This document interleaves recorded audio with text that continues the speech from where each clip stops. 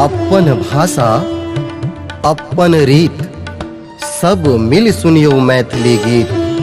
प्रेम करू निज माटी पानी सँ सुना रहल मैथिली संगीत।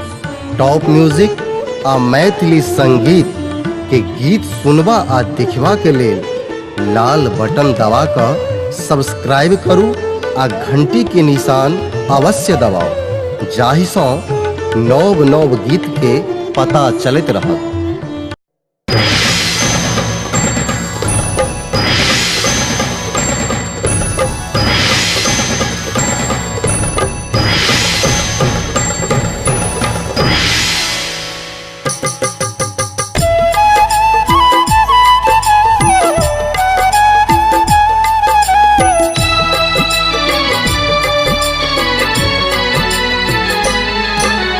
शिव शंकर अभयंकर हर हर गंगाधर त्रिपुरारी।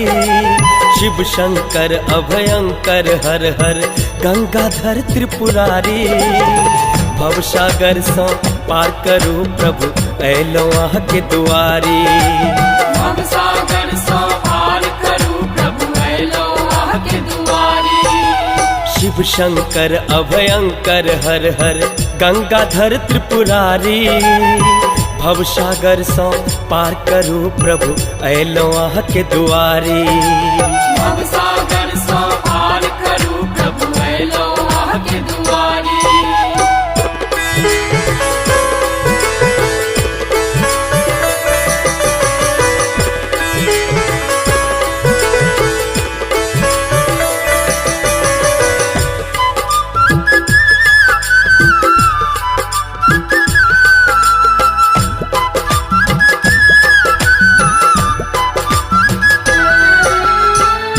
नटनागर करुणा के रे सागर। भव भय भंजनकारी। नटनागर करुणा के रे सागर। भव भय भंजनकारी। गौरी शंकर जटा जूट धर। भक्तन के हितकारी। गौरी शंकर जटा जूट धर। भक्तन के हितकारी। शिव शंकर अभयंकर हर हर गंगाधर त्रिपुरारी।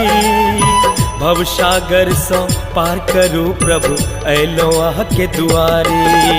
भवसागर सँ पार करू प्रभु अयलौं अहाँ के दुआरी। भवसागर सँ पार करू प्रभु अयलौं अहाँ के दुआरी।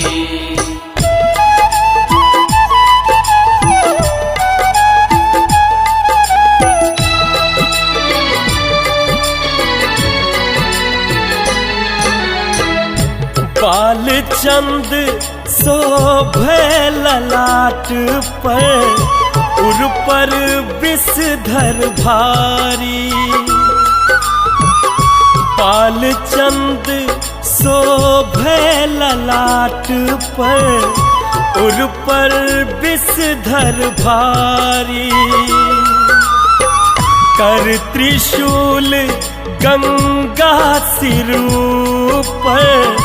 बसहा बरद सवारी। कर त्रिशूल गंगा सिर पर।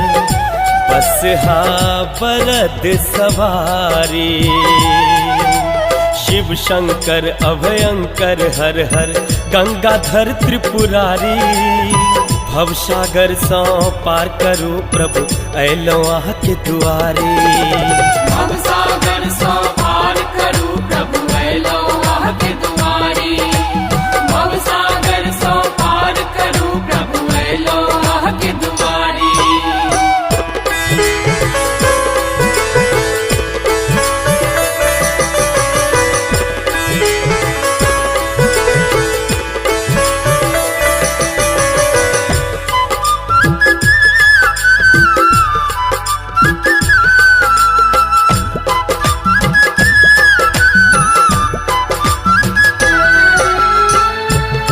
हम जानी आरती वंदन पूजा पाठ नचारी